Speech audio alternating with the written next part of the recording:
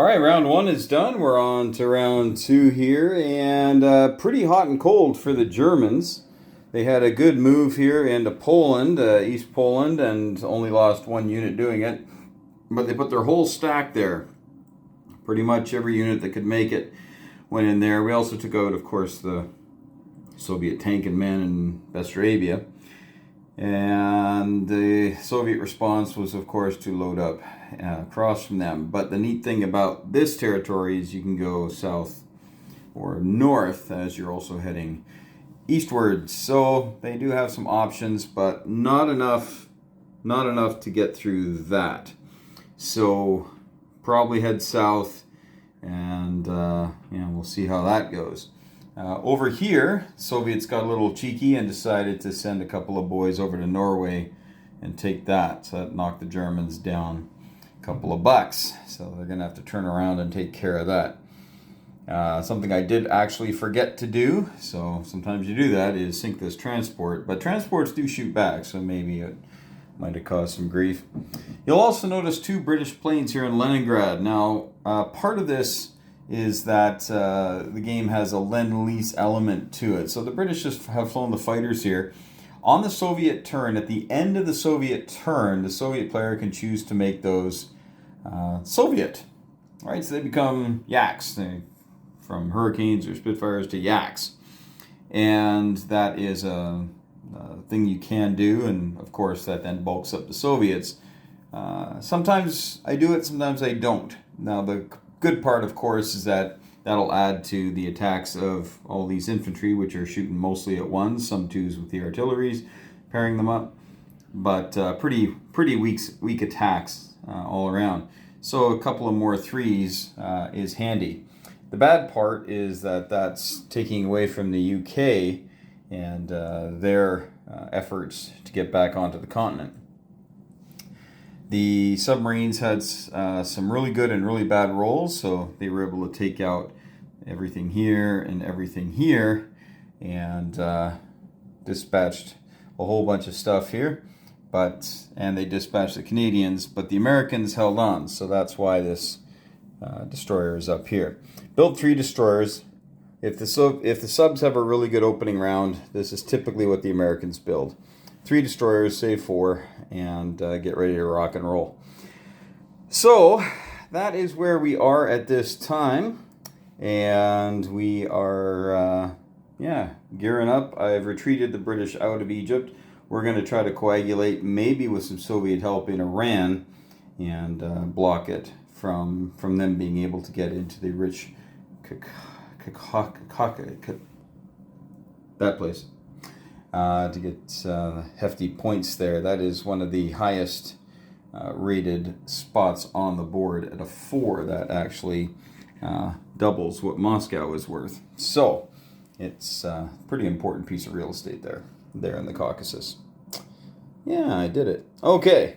Beyond that, though, we are into the game, and the Germans built a bomber and some men and artillery, and are going to be heading across. It's a bit of a slow crawl instead of tanks, but as I said, with 15 bucks you can build 5 men or 3 tanks, and once the Soviets start doing their spoiling attacks, you just need boots on the ground, so you're not throwing away tanks. All right, round 2 results coming up right away here. Could get messy. Well, hello everybody, and welcome back to the Hilltop Pillbox here in Abbotsford, British Columbia, Canada. And today we are moving into some old school Axis and Allies Europe, and we're going to have ourselves a little solo game here. Sorry for the shadow, we've relocated to the office here where the lighting isn't quite as good, but we'll do what we can. So, for those of you who are not familiar with this game, it came out about 25 years ago, and the idea is that Germany is fighting against the Soviet Union, UK, and America. And while Germany does have a preponderance of materiel on the board, their economy is really not that much better than anyone else, and they're 3-1. So we'll show you the economy board here. So they get 40, America gets 40, and then the British have 25, and the Soviets have 24. And the British and the American economy is really untouchable unless these submarines can end up in a convoy zone at the end of the British turn or the American turn, and then it'll take its toll. Okay, but unfortunately, there are also a lot of destroyers out here, and the Americans and the British tend to sweep the sea clean of submarines. Subs cost 8, so that would be 20% of the German budget to start. So you don't tend to put a lot of money into subs, but go ahead and mention in the comments if you do. But the idea is that the Germans have got to take Moscow. That is the goal. You'd say you can also take, the UK, London, as it were. If you ever do that, then yeah, but that's kind of impossible in this game.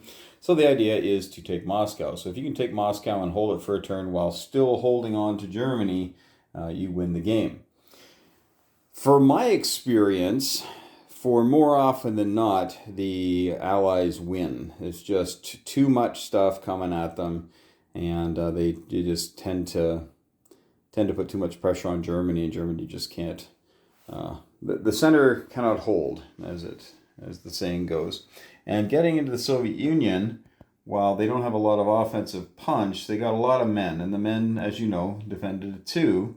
And they've got a handful of tanks. They got 5 tanks on the board, which ain't nothing. But tanks defended it too. So the Germans, sometimes at $5 you could build 8 tanks and head on into the Soviet Union, but then essentially on defense that's just like 8 men or 8 artillery. They're not much better. And I've tried that, and it's failed miserably every time. So I haven't tried it very often, but building a stack of tanks and going in just simply does not work. So you have to really mix and match. And air power is important as well, so that you don't have stuff after you've attacked that can be counterattacked and destroyed in detail. Don't like that. You see these guys in Turkey here, they're not actually in Turkey. At the start of this game, each side gets to spend 12 IPCs on resources and then put them into any spot where they currently have some resources. So the Germans have a tank, an artillery, and a man for 12, and the Soviets 4 men. Now anybody could spend it. You can spend it on anything. You can spend it on boats, planes, whatever you want. But it tends to be a German-Soviet purchase. Now what I used to do is, sometimes what I would do is build a transport down here and then put an artillery up on the front line or something and bring a whole bunch of stuff down here just to ensure that I win that. But I'm feeling pretty confident, feeling like I can win that today with just one transport and my stuff in Tunisia. Now, the idea of this area here, you can see that there are $8 worth of IPCs ready to be had. And over here on the production chart, or pardon me, I guess it is production, you see the 1 to 8. And what happens is as the Germans capture these, 1 there, 2 there, 1 there, 2 there, 2 there, as you capture them, at the end of the German turn, they get paid out by the Allies out of their cash on hand. So you can choose who's going to do that. Again, typically it's America that has to foot the bill, because the British stuff and indeed the Soviet stuff is in the fight pretty immediately. And so the Americans tend to lose up to $8 a turn over here. So typically what happens in this game is the Germans come in, they take Leningrad, turn 2. Sometimes they never take Leningrad, but if they're going to take it, they tend to take it fairly early. And then they come over here and threaten Stalingrad. And sometimes they'll come up and around this way and put some pressure on Stalingrad from the south. That's all fine and dandy. But by this time, the Allies are landing in Norway and lending assistance through the north. And they're definitely Operation Torch, because you can see this is very, very easy for them to come in and land and start taking stuff out. They got to take care of the submarines, of course, but that doesn't tend to take them more than 3 turns, and all the subs are gone. And there's nothing that can take Egypt on the first turn, so you got to move this stuff in here on round 1, and bring down your stuff here, bring down a couple things with your transport, and then on the second round, come back, bring some more stuff, and try to take care of that. Destroyers cost 12 in this game, but they also attack and defend at 3s, so they are a little bit more potent than they are in most of the games you are used to. All right, well, that's pretty much the game, so we're going to get things going. This is round 1, ready to start, and the 12 German bucks are all going to go against the Soviets, and of course the Soviet stuff will be on their Western Front, which is always called the Eastern Front. Wonder how they feel about that. Okay, here we are, headed in for round 3, and the Germans are actually having a pretty good time of it on the ground. They only lost 1 unit going into Ukraine, and they still have their big stack of tanks. I think it's about a dozen tanks and about 15, 16 men, and some artillery to boot. And the Soviets have some, well, they got some good numbers here, and some decent stuff here in Moscow. They also came into the Baltic states, and so the Germans have to be careful about this sort of nonsense, all right, because they can flank them fairly easily. The Soviets did translate 2 of the British planes into Soviet at the end of the turn, and 2 more are over there now, and may or may not be switched up. We'll have to wait and see. Down here, the Germans moved in. It was fairly empty, as the British had gone away and are leaving all their stuff in the hands of the Germans, unfortunately, at this time, and headed back. Plane from Malta flew over to lend a bit of assistance. Over here, there was a British destroyer in the Strait of Gibraltar. It's gone. And there were 3 German U-boats here, and they're all gone now, thanks to the Americans. But because the British turn goes first, the British actually lost 11 IPCs to the convoys. So that hurt their economy quite a bit last turn. They're only going to have 26 bucks to spend in the following round. But there's lots of destroyers on the board. I didn't know how well those American destroyers were going to do, so I thought I'd build a battle wagon, and it looks like we didn't need to do that. But hey, I guess it's better to have one and not need it than the other way around. Up north, the Germans had to wheel back and take Norway, but the British were also able to sink the German transport, so that's all done. Germans built a bomber and a bunch of men in artillery who will be headed eastward. But soon the British are going to be, once we can get rid of the couple of U-boats up there, probably start building some transports this turn, actually, as they'll have cover from the American destroyers. So that's probably it for the U-boats, as the Germans will now stick to ground and air units and not bother building any naval units at this time. But this is where we're at, and this is fairly typical. Although the Germans have had a bit of an easier time of it, but I've also not tried to take out Leningrad, and I think sometimes when I do that, it siphons too much effort away from the southern push, and that can be a bad thing.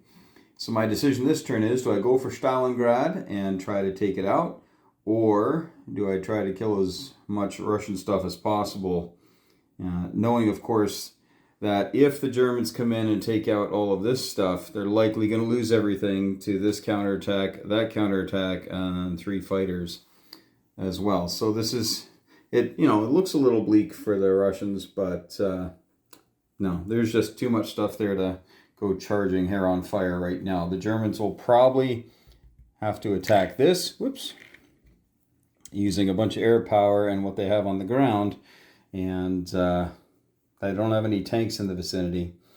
Stalingrad will likely fall this turn and try to make the Soviets play offense with all of this infantry instead of defense. But that's where we're at. Round 3 coming up. It's a really fun game though, folks. I highly recommend it. All right, turn 4, and as you can see, Stalingrad has fallen, and Moscow is bulked up, and the Soviets, little bit of a risk, decided to head over here, a couple little stacks, hoping to chew up some of the German reinforcements that are trickling in. And this strategy should work if the Germans don't get really, really, really good dice when they attack Moscow, which is coming soon. But they did take the Caucasus, of course, and actually made some pretty good bank. Made, I think, 47 this round. But then the Soviets took back the Baltic states and East Poland. And yeah, that's a bit annoying. And then, of course, the Americans decided to do their Operation Torch, and they came in here into Morocco and took that without loss. And as you can see, the British have begun their build of their merchant fleet here, and they'll continue to do that. And the Americans built 3 and are loaded up, ready for bear, ready to come and likely come after the soft underbelly of Europe, as it were. So this British battleship, a destroyer, are going to have to make their way westward here in the Atlantic. But the Germans seem to have numbers here and will likely take Transjordan next turn, although they have to be careful. The British do have a tank that could blitz in and undo all their gains, so you must be careful about that. But things seem to be going okay for the Germans here. Yes, 2 more British fighters became Soviet this turn. And again, they cannot move on the round that they are exchanged for Soviet pieces. You do that at the end of the turn, ostensibly. And an American bomber flew over. I'll likely turn that into a Russian bomber as well. Not much else to say here, but the Atlantic is now in Allied hands by the end of round 3 here, so that's fairly typical. And now it's all about getting bodies on the ground and hoping to, put enough pressure on Germany so that the Soviets can retain Moscow. We'll see, though. We will obviously be going into Turkmenistan this turn and trying to take that. We can also build in Stalingrad now with the Germans. Just 1 unit, mind you. But still, that's better than nothing. And we'll let you know how round 4 goes in just a moment. Well, some interesting things happened this turn, and I think this turn will possibly be the last. We'll see. Not entirely sure, but the Germans are definitely going to have to go at Moscow this turn. There's just nothing for it. They've got to go for it, and they're gonna go hard at Moscow. They don't have as much stuff as they'd like, but there are some bombers that can reach, and see what they can do. But as you can see, the British have landed here, taken Holland here, and they've also, they got some transports in the water, and we've got some American power has arrived, and more Americans landed down here in the south, and they're safely out of range of German air power. The bombers could come after this one, but that's not a big deal. So essentially, I think this is going to be an all or nothing, hair on fire, let's go. And I think the odds are with the Russians on this one by quite a margin, to tell you the honest truth.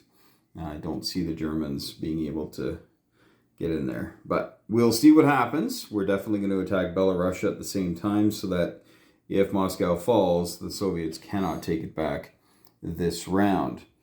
And that's where we're at. It's gone pretty well for the Axis, but I don't think they've got the horses. But again, the dice will tell.